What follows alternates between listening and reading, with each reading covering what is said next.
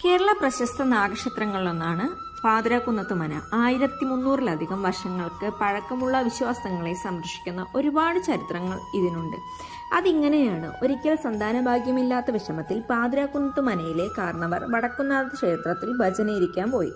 ഏതാണ്ട് 41 ദിവസങ്ങൾക്ക് ശേഷം വീട്ടിലേക്ക് മടങ്ങുവാനായി കാരണവർക്ക് വടക്കുന്നാഥന്റെ അരുളപ്പാട് ലഭിച്ചത്രേ.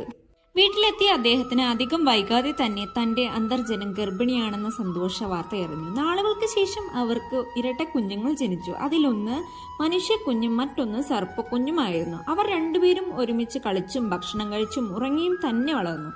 എന്നാൽ വീട്ടുകാർക്കൊപ്പം നാഗത്തെ കാണുന്നതിനാൽ അയൽവാസികളും ബന്ധുക്കളും വരാതായി. ഇതിൽ ദുഃഖിതയായ അന്തർജനം നാഗത്തോട് തന്റെ വിഷമം പറഞ്ഞു. തുടർന്ന് നാഗം വടക്കിനിയിൽ അന്തർദാനം ചെയ്ത് സ്വയംഭൂവായി മാറുകയും മനയ്ക്ക് ഒരുപാട് അനുഗ്രഹം നൽകി പകരം തനിക്ക് ഒരു നേരത്തെ ഭക്ഷണം നൽകണമെന്നും അമ്മയെ ഓർമ്മിപ്പിച്ചു.